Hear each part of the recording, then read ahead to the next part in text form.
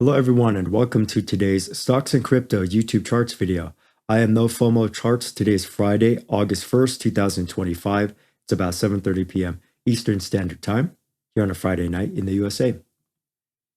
Upcoming stocks, earnings releases for next week. We have Palantir, Wayfair, Hims, Pfizer, SMCI, McDonald's, Disney, DoorDash, just to name a few. We also have Peloton, Block, SoundHound AI, and Tempest AI.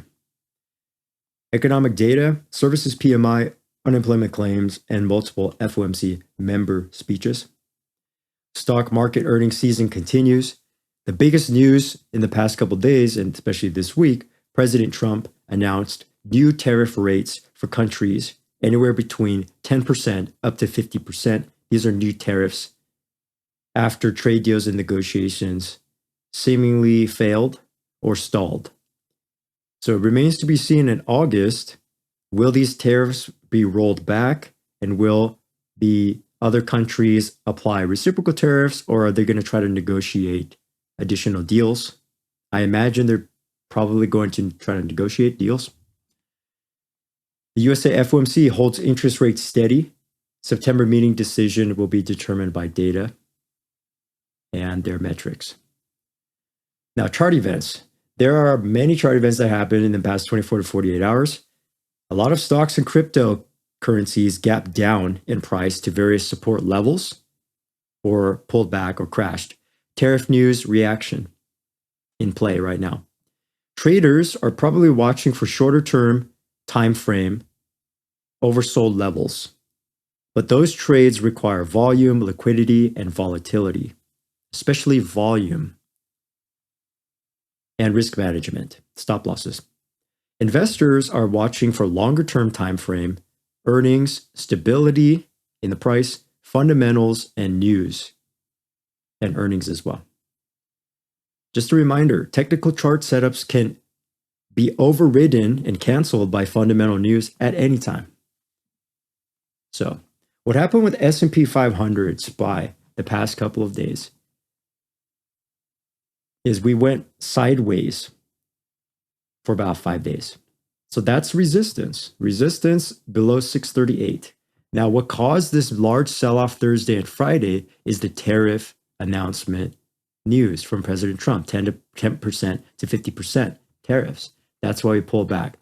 Now, the question is, again, how far is it going to pull back in the price for the stock market? And then when will countries renegotiate their deals? How fast?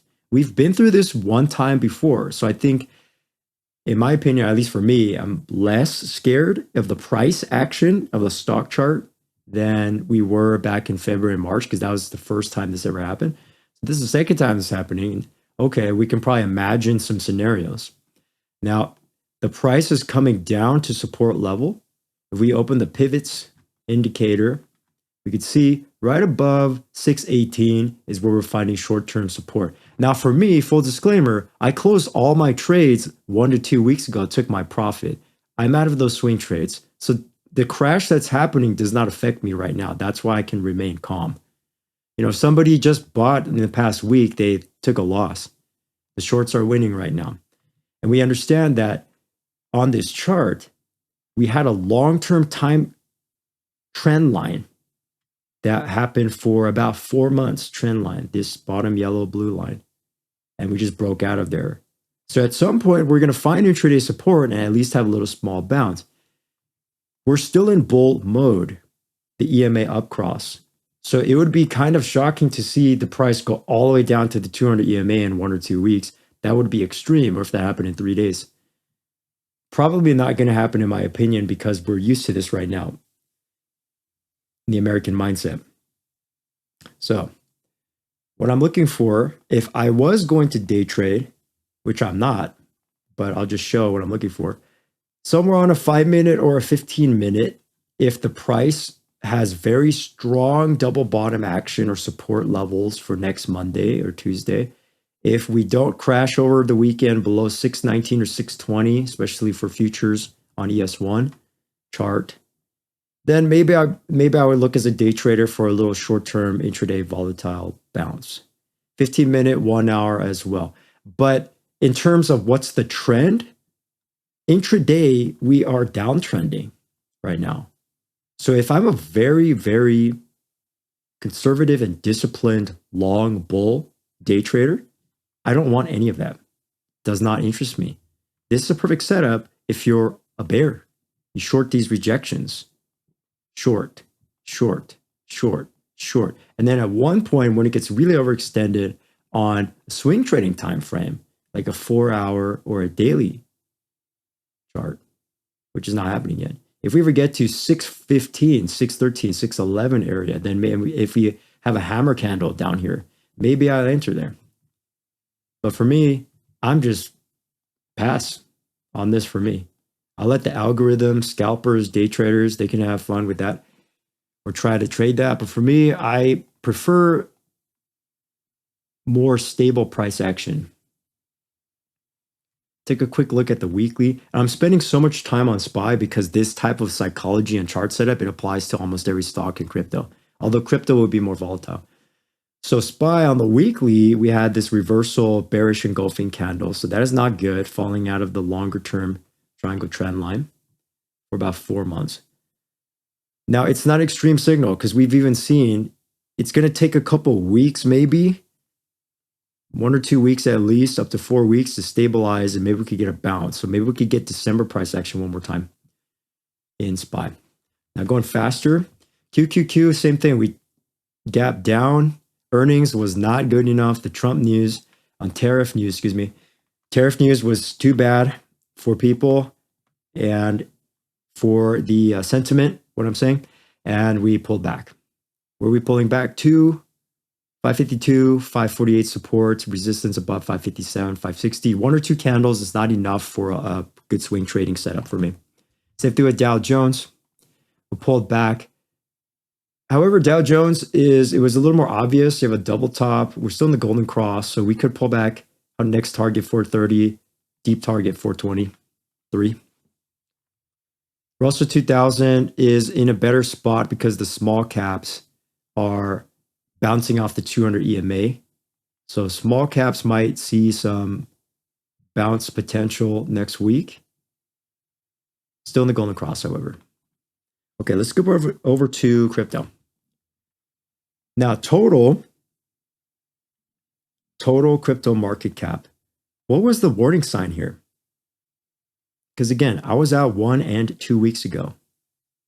So remember 2 weeks ago, I'm saying we're starting to see a little bit of bearish momentum. This is what this blue line is for. Selling off. You can see a lot of upper body wicks here, shooting stars. Then we start to hesitate in this market, formed a symmetrical triangle, also a double top on the price. And then once this happened, I was out. So just from experience, knowledge and experience, I knew to get out of this market. And we just went through 6 months of tariffs and news and FOMC and interest rate and stocks. So you could feel it and you can see it happening in the market. People were taking their profit. People were just saying they're not going to just wait and see. They're going to actually move a stop loss up, take their profit, and just get out of there. If you're a bear for 2 days, you're having the time of your life. It's so great if you're a bear. If you're a bull, you're not happy right now. But I am neither of those right now. Now, next for total, we're seeing, remember what I said last week? We're starting to lose that momentum.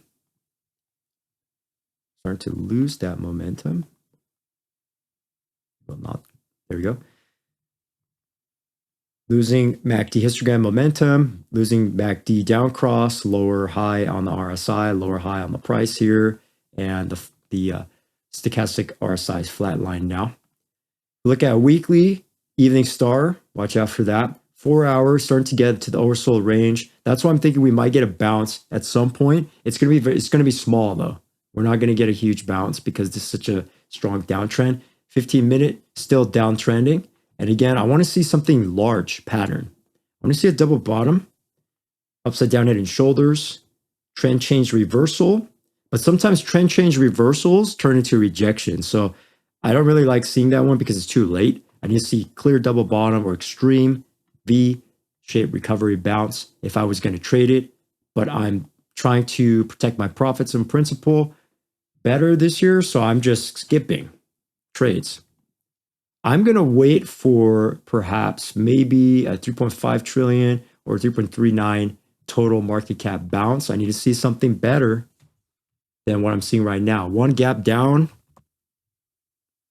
is just the bears having fun. Total 2, same deal. Total 3, very similar deal. Now, when it comes to Bitcoin itself,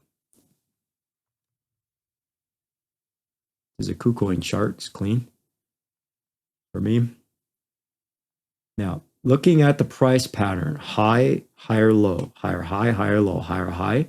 We established a higher low after some consolidation. Higher, high. Remember what I said last week? We probably need the higher low, which means down, pullback.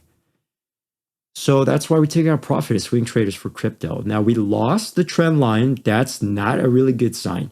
We could get a small intraday bounce back up to 115 level. We just have to remember, folks, Bitcoin at $123,000 is relatively high priced. Relative, not absolute. Relatively high priced compared to just 2 years ago. 3 years ago, Bitcoin was $16,000, $20,000 3 years ago. So from that spot, 3 years ago, which is around right now, August 1st, we went 400% on Bitcoin itself. Okay. 2 years ago in 2023, July, when I entered the market again, crypto, Bitcoin's up 300%. Just from 1 year ago, Bitcoin's up 100%. So it makes sense that people are taking their profit if they're thinking in the short term mindset, medium term mindset. Now, is this the end of Bitcoin? No, it's not. It's just the pullback of Bitcoin for now.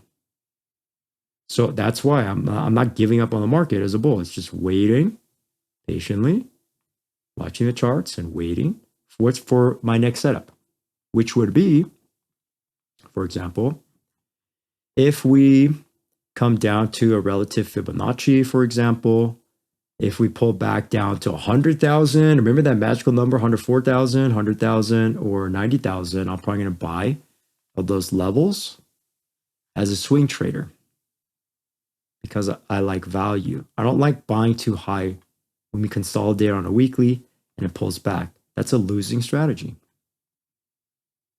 Even consolidation, even if someone is an intraday trader, there were multiple bounce attempts, but this last one broke bare because the news was so bad. The consolidation, I mean, there was 3 trades like this in a row, 5%, 5%, 15%. But for me, I just got out. I'm just out of there. Like I said, little 5%, yeah, it sounds great, but you know, if somebody buys the wrong spot of that, then they just get destroyed if they're on leverage. So I just skipped all those setups. Let's move to Ethereum. I was out in Ethereum, all out on my swing trades only last week. So again, when we're in such a strong downtrend on Ethereum, then when we have this trend change and upside down head and shoulders, that's why I entered, took my profit, re-entered on the next upside down head and shoulders and uptrend, and then sold all my Ethereum trading coins. Telling this to show some of the mindset that I was in. Now, looking ahead, what am I looking for next? You can see this trend line. If we pull back to perhaps 3350, 3000, or 2869 to establish the next major higher low, we need to get some oversold action. Like I said last week, we need to let the oscillators reset and cool down so we have a chance to come back into this market. Let the initial fear, pass and happen.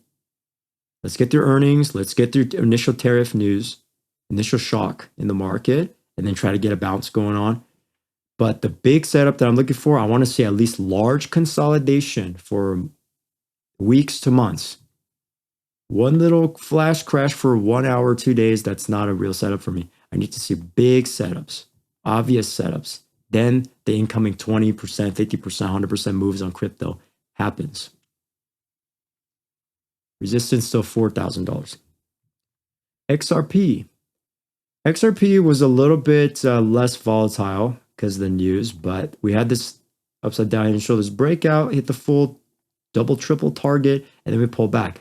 Interesting though, we're pulling back right to the pivot point, which is $2.92. See if that's actually going to hold so we can get a small bounce, possibly up to $3.10. Support on the downside, 283. Binance Coin had a nice run, but unfortunately gave back all their gains. So that's why sometimes when it's too high, I just don't chase. I don't chase. I wait for a setup and try to buy. If I was trying to optimize my trades, get this bottom side of the support zone. Not the top side. Not the top side of this rectangle. Why would I buy that, right? So if I'm being very, very honest with myself right now, if I have parallel channel, we're at the top of the channel right now. Yes, it's ascending and it's golden cross mania right now, but meme stocks, you could feel it. It was just too much hype. So next setup, high, low, high. Maybe we're close to the higher low spot because it already crashed down. How many percent? 10%. It's right at the roof of this parallel channel that I drew here. It's above a trend line. Maybe we might see a bounce here on Binance Coin. Maybe back up to 78550. If we pull down more, just if people are just scared, pulls back down to 720. Solana, our meme coin darling, unfortunately, had a nice rally and then pull back. So that's why for Solana, I felt something's wrong, just got out of there as a trader. Just whenever something feels maybe to me personally, it means I need to take the action actually. So when I maybe felt that, is this maybe going to be a top because we're sticking out this Bollinger Band? And why is everyone going crazy about meme stocks in the stock market? And I had a just decision to make. And I said, I'm up 20 something percent on this trade. Why would I let it go down? Yes, it could keep going up 50%, but let me at least lock in that 20%, which I did. So we're still in the up cross. And the good point is, well, okay, Solana came back to this 200 EMA at $162. I like that. So if it's going to hold this golden cross signal here at the 200 EMA, maybe we could get that bounce going on to 172, even if it's just for a day. That's for small traders. But if this is going to keep going, then this might be a re-entry spot for me. Because sometimes when we hit that 200 EMA, we could bounce, right? But usually it has to crash deep into the 200 EMA and then come back from it. If we lose it this upcoming weekend and we crash below it, then I'm hands off. I'm not touching that until it gets extreme. Maybe somewhere, the first extreme level for me outside that second deviation would be about 151. And if it's really extreme, 130 range. That's probably some kind of Fibonacci. Let's just check that. Yes. From here. Relatively, a little bit close enough, right? 153 to about 139 would be those exact 50% 618 Fibonacci levels. And it could take sometimes 1 to 2 months to let that happen. It's already been about 2 weeks. So that's why the next 2 weeks are going to be very important. Just walking through my thought process. If I plan for trades. Let's do one more. Let's do two more. Cardano and Doge. So Cardano, same setup, but I can see Cardano just pulling up the linear regression for past 100 days. We kind of flattened out, flatlined here.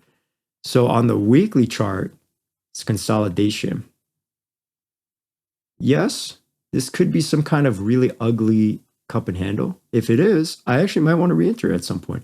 But if it's not, if it's just a regular high, low, okay, I did re-enter at that bottom side and then took my profit here and made almost on 80% on that trade. It's beautiful. And I'm out of there.